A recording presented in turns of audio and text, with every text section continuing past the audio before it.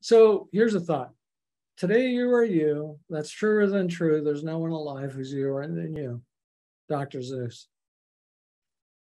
Do you have a definition of the perfect you? Do you have a written record of who you're becoming, the best version of yourself, what you are, who you are when you're at your best self?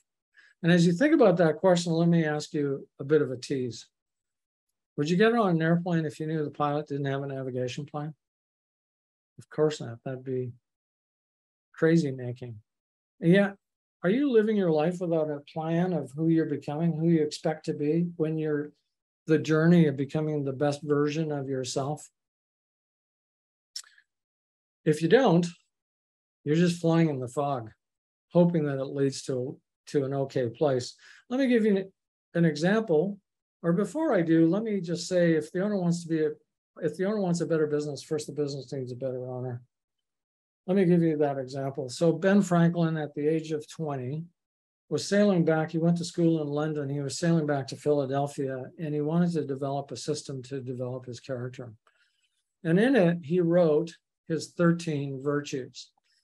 So temperance, eat not to dullness, drink not to elevation. Number 2, silence, speak not what may benefit others or yourself, avoid trifling conversations. So number 1 is don't get drunk. Number 2 is don't gossip. And so you can see he had a standard of a code of conduct, a set of expectations for himself.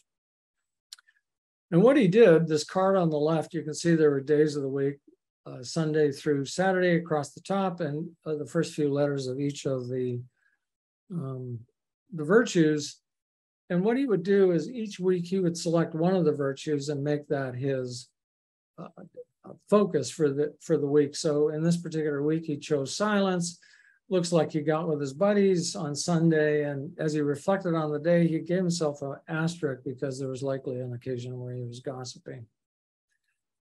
Now, he would select one of these each week. If you have 13 of them, you're going through them once every 3 months, which happens to be the perfect quarter of the year, and that means you're rolling through them 4 times a year. And as he said in his biography, the other 12 lay where they may at any point in time. At the end of his life, he said, I didn't always live up to my own expectations for myself, but I'm a better man for trying it. Well, by the way, you can see on the right-hand side, he has a version of a default diary as well.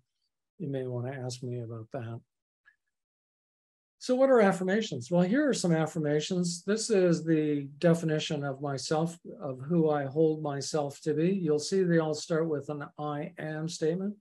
These are all the ways that I identify myself. And it's my definition of my perfect mindset.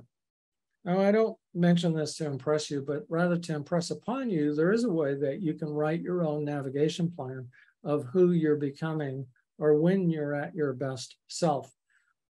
So how do you do affirmations? That always starts with the words I am. You use it in the present tense. You state it in the positive. You affirm what you want, not what you don't want.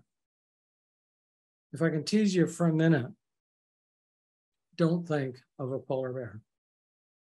And of course, the flash of a polar bear went through your mind's eye because the brain can't do a don't, it can only do a do. The brain can't do a negative, it can only do a positive. If you're a golfer, you know what happens if you say, don't go in the water, don't go in the water, don't go in the water. It's almost certain that you'll go in the water because the brain doesn't hear don't, it just says water. So the only way to avoid going in the water is to take a club and aim at the right side of the fairway with the idea that you'll draw it back into the center of the fairway. You want to affirm what you expect, not what you're looking to avoid. I point you, if you Google the phrase Jack Canfield, how to do affirmations, you'll be taken to this page.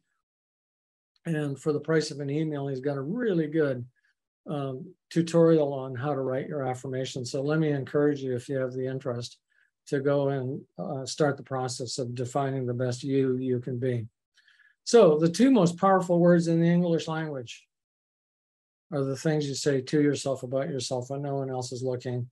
The 2 most powerful words are I am